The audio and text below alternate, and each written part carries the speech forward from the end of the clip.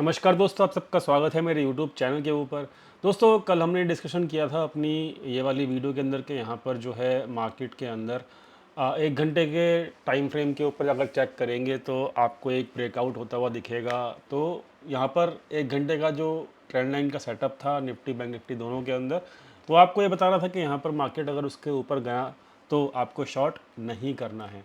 बेशक से यहाँ पर दोस्तों डाटा जो था वो थोड़ा बहुत बेयरिश था, लेकिन ऑन द अदर हैंड मैं आपको एक चीज़ समझाना चाहूँगा कि डाटा जो होता है वो 80% टाइम जो है वो डेफिनेटली काम करता है, लेकिन 20% टाइम जब होता है लोग समझेंगे भाई काम नहीं करता है। लेकिन दोस्तों होता क्या है, ये क्लोजिंग का जो डाटा होता है ना, वो क्लोजिंग का डाटा जो है वो आज शाम का है, लेकिन ये भी हो सकता है कि जो भी डाटा है वो सुबह सुबह कल मार्केट खुले और बड़ा प्लेयर जो है अपनी पोजीशंस को चेंज कर ले मार्केट खुलते के साथ ही। तो उस केस में आपको ये लग सकता है कि यहाँ पर मार्केट ने डाटा या फिर मार्केट के डाटा ने काम नहीं किया। लेकिन दोस्तों 20% टाइम ऐसा होता है, मतलब टोटल अगर 22 ट्रेडिंग सेशंस हैं तो वहाँ पे 15 ट्रेडिंग सेशंस ऐसे हो सकते हैं जिसमें आपका डाटा जो बताया जा रहा है वो बिल्कुल सही तरीके से काम करेगा। लेकिन 4 से 5 ट्रेडिंग सेशन ऐसे हो सकते हैं कि जहाँ पर सुबह उठा बड़ा प्लेयर और उसने अपने उठते के साथ ही अपनी पोजीशंस रिवर्स कर ली या फिर पोजीशंस क्लोज कर दी। ठीक है, तो वहाँ पर ना आपको क्या कहते हैं कॉन्फ्लिक्टिंग सिग्नल मिलेंगे। तो इसलिए मैं आपको क्या कहना चाहता हूँ कि डाटा को एज ए सपोर्ट रखो, और जो चार्ट्स बता रहा है, चार्ट्स जो बताते हैं या फिर जो भी टेक्निकल बताता है उसको प्रायोरिटी बेसिस के ऊपर रखो, तो आपको हमेशा बेनिफिट होने वाला है। तो दोस्तों देख लेते हैं फटाफट से अब आगे क्या हो सकता है मार्केट के अंदर। तो यहाँ पर जो 1 घंटे का ट्रेडिंग सेटअप था निफ्टी बैंक निफ्टी दोनों के अंदर, उसने डेफिनेटली काम किया है और आज की जो कैंडल है वो रिकवरी कैंडल है। और दोस्तों हम रेगुलरली यहाँ पर चर्चा कर रहे थे कि ये वाला जो लाइन है, मतलब 600 के आसपास का जो सपोर्ट है दोस्तों, वहाँ से आपको बाउंस मिल सकता है। रेगुलर हमने डिस्कशन कर रखा था क्योंकि ये एक सपोर्ट लाइन थी और सपोर्ट लाइन के आसपास हमको यहाँ पर शॉर्ट नहीं करना था, ये हम डेफिनेटली चर्चा कर रहे थे अपने रेगुलर वीडियोस के अंदर। दोस्तों अब क्योंकि मार्केट यहाँ से बाउंस करके ऊपर जा चुका है, 200 पॉइंट का यहाँ पर बाउंस आ चुका है, तो हम यहाँ पर जो अपना ये जो लेवल था, ये लेवल था दोस्तों अपना 19,361 का। तो ये लेवल था हमारा पोजिशनल शॉर्ट्स बनाने का लेवल, यानी कि जब तक इसके नीचे मार्केट नहीं जाता आपको शॉर्ट्स नहीं बनाने हैं। तो अब ये लेवल जो है ऊपर आ रहेगा दोस्तों, तो ऊपर अब ये लेवल यहाँ पर आ गया है 19,620 के ऊपर। ओवरऑल एक राउंड फिगर मान लीजिए कि 19,600 जब तक इंटैक्ट है, जब तक अभी बुल्स को डरने की ज़रूरत नहीं है। तो 19,600 के नीचे ही मार्केट को हम वीक समझेंगे, अदरवाइज अभी हम मार्केट को वीक नहीं समझेंगे। मैं आपको रेगुलरली बता रहा था कि यहाँ पर जो है मार्केट रिट्रेस करता है, जहाँ से ब्रेकआउट होता है वहाँ तक एक बार रिट्रेस कर सकता है और वहाँ से अगर फिर बाउंस आता है तो उसको हल्के में नहीं लीजिएगा। दोस्तों अभी वैसा ही दिख रहा है कि हाँ रिट्रेसमेंट के बाद जो है मार्केट में बाउंस आता दिख रहा है और जो लेवल है वो अब फाइनली 19,600 का बन चुका है। पोजिशनली शॉर्ट करेंगे जब हम, अभी शॉर्ट की बात नहीं कर रहे हैं, अभी करना नहीं है शॉर्ट, लेकिन अगर शॉर्ट करना है तो ये पोजिशनल शॉर्ट करने के लेवल हैं जब इसके नीचे जाना शुरू करेगा मार्केट, जबकि जब देखेंगे। लेकिन अभी तक मार्केट बिल्कुल भी अलाउ नहीं कर रहा है कि आप शॉर्ट पोजीशंस कैरी करें या फिर पोजिशनली उसको शॉर्ट पोजीशंस को बनाएं। ठीक है, फाइनली एक देख लेते हैं लेवल 1 घंटे का ऊपर। तो 1 घंटे के ऊपर जो है, जो हमने कल आपको ट्रेंड लाइन दी थी वो डेफिनेटली काम करी और ये ट्रेंड लाइन इस तरीके से काम करी डेफिनेटली, और मार्केट इसके ऊपर ही आज ओपन हुआ और वहाँ पर ओपन होने के बाद बीजिंग के मूविंग एवरेज के आसपास सपोर्ट भी लिया और उसने वहाँ से फिर बाउंस किया। तो भाई जब तक जैसे इस ट्रेंड लाइन का ब्रेकआउट होना था तो आपको शॉर्ट वैसे ही नहीं करना था, तो आज तो शॉर्ट करने का बनता ही नहीं था मार्केट। और लेकिन स्टार्टिंग के मतलब ये समझ लीजिए स्टार्टिंग की 15-20 मिनट के अंदर अंदर जो भी मार्केट ने दिखाया रंग, उसके बाद तो पूरा दिन यहाँ पर प्रीमियम डी के खाया। तो इट इज़ ओके, बट अभी ट्रेंड लाइन के ऊपर चल रहे हैं हम, तो यहाँ पे शॉर्ट नहीं करना है। तो अब इस ट्रेंड लाइन को हम हटा देते हैं। ओवरऑल अब यहाँ पर जो इंपॉर्टेंट लेवल्स रहेंगे निफ्टी के अंदर वो रहेंगे दोस्तों यहाँ पर कल के लिए, क्योंकि कल एक्सपायरी भी है। तो कल का इंपॉर्टेंट लेवल है ये वाला, ठीक है, 887 का। तो ये इंपॉर्टेंट लेवल है 887, लेकिन आप तब पहुंच पाओगे जब मार्केट 820 के ऊपर सस्टेन हो पाएगी। तो 820 के बाद आपको 900 तक के लेवल खुले हुए मिल जाएंगे। ठीक है, लेकिन मार्केट को अभी शॉर्ट नहीं करना है। मैं कल बुलिश साइड के ट्रेड्स ढूंढने की कोशिश करूँगा। कल का सेटअप जो है बुलिश साइड के ट्रेड के लिए अच्छा बन रहा है। ठीक है, फटाफट से डाटा पॉइंट देख लेते हैं। डाटा पॉइंट्स जो हैं क्या कह रहे हैं, तो डाटा पॉइंट्स ये कह रहे हैं दोस्तों कि रिटेल ट्रेडर्स ने लॉन्ग पोजीशंस क्लोज करी हैं और बेरिश पोजीशंस ऐड की हैं, जिसकी वजह से आज मार्केट रिकवर कर गया है। तो यहाँ पर बेरिश पोजीशंस ऐड करी हैं, कौन सी, वो उन्होंने करी है पुट बाइंग की। तो रिटेल ट्रेडर्स यहाँ पे बेरिश है और एफआईआईज ने अपनी शॉर्ट पोजीशंस क्लोज करी हैं। तो यहाँ पर जो शॉर्ट पोजीशंस क्लोज करी हैं और लॉन्ग पोजीशन बनाई हैं, वो कौन सी बनाई हैं, वो बनाई है पुट राइटिंग की। तो पुट राइटिंग इन्होंने कर रखी है 19,800 की।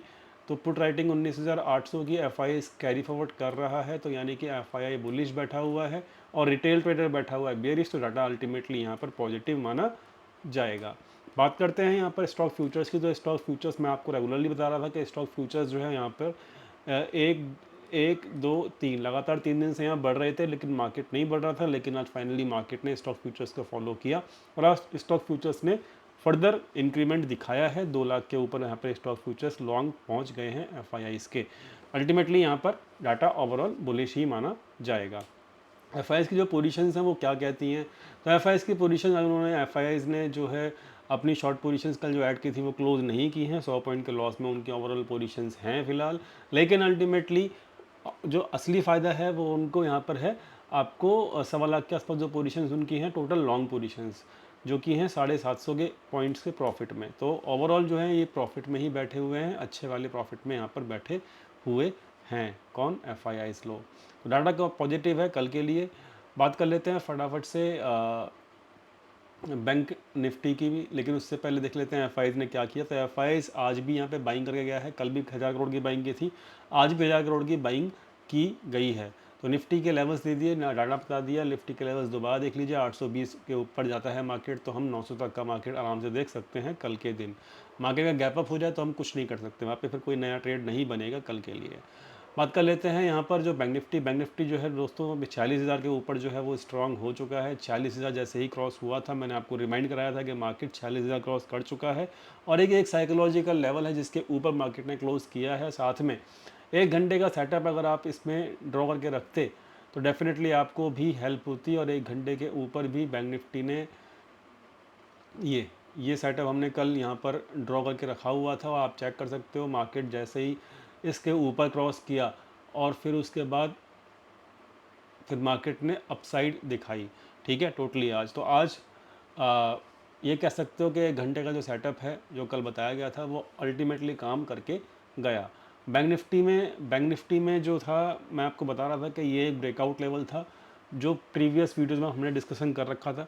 ये एक ब्रेकआउट लेवल था, ब्रेकआउट हुआ, ब्रेकआउट को रिटेस्ट किया गया ब्रेकआउट लेवल को और वहाँ से फिर बाउंस आया। तो लेकिन आज जो बनी है वो बनी है दोस्तों एक इनसाइड कैंडल, ज़बरदस्त इनसाइड कैंडल होती है। इनसाइड कैंडल देखिए जब बनती है ना, यहाँ पर भी बनी थी, तो हो सकता है अगले दिन बड़ा मूव आए। ठीक है, और भी दिखाता हूँ मैं इनसाइड कैंडल जहाँ बनी थी। यहाँ पर निफ्टी मतलब बैंक निफ्टी में अच्छी इनसाइड कैंडल बनती रहती हैं। तो यहाँ पर ये भी इनसाइड कैंडल थी, इसके बाद भी आप देख सकते हो बड़ा मूव आया।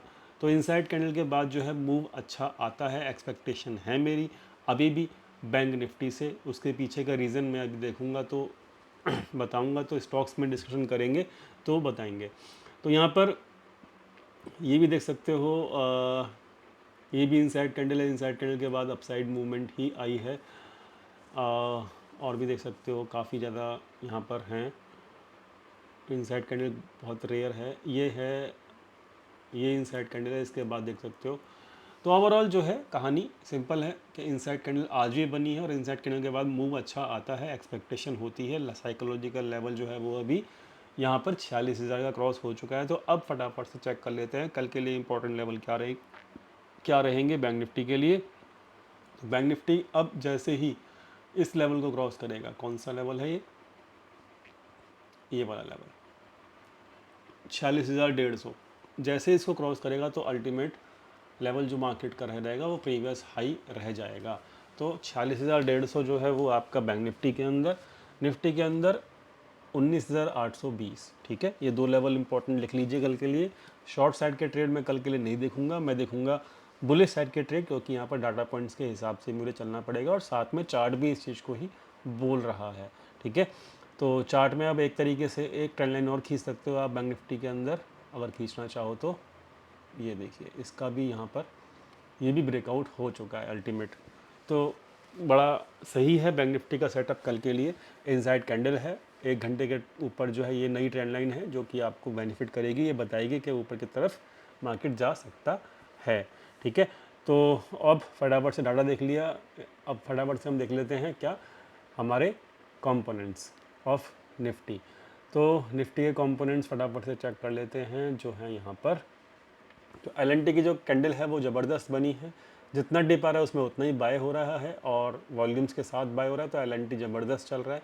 यहाँ पर देख सकते हो जो डिप में बाय हो रहा है होता है कैसे होता है, तो ये भी देख सकते हो डिप आया, बाय हुआ वॉल्यूम्स के साथ, मार्केट ऊपर गया, फिर बिना वॉल्यूम के मार्केट नीचे आया, फिर डिप आया मतलब फिर ऊपर गया, फिर बिना वॉल्यूम के मार्केट फिर नीचे आया, फिर ऊपर गया, फिर बिना वॉल्यूम के मार्केट फिर नीचे आया और फिर ऊपर गया। So this is what by on dip. ठीक है, तो डिप में बाय हो रहा है एल, तो ज़बरदस्त है, अच्छा स्टॉक है और बढ़िया तरीके से चल रहा है। आईटीसी के अंदर एक न्यूज़ आई थी डीमर्जर की, तो उसकी वजह से जो भी ये कैंडल बनी इसको मैं काउंट नहीं कर रहा हूँ, लेकिन इसके अंदर भी यही हो रहा है, डिप में बाय हो रहा है, डिप में बाय हो रहा है, अभी डिप आया फिर बाय होना शुरू हो चुका है, तो बाय ऑन डिप चल रहा है आईटीसी के अंदर भी। तो आईटीसी जो है कल मेरे ख्याल से एक अच्छा परफॉर्म कर सकता है अगर यहाँ पर आज के हाई को निकालता है तो।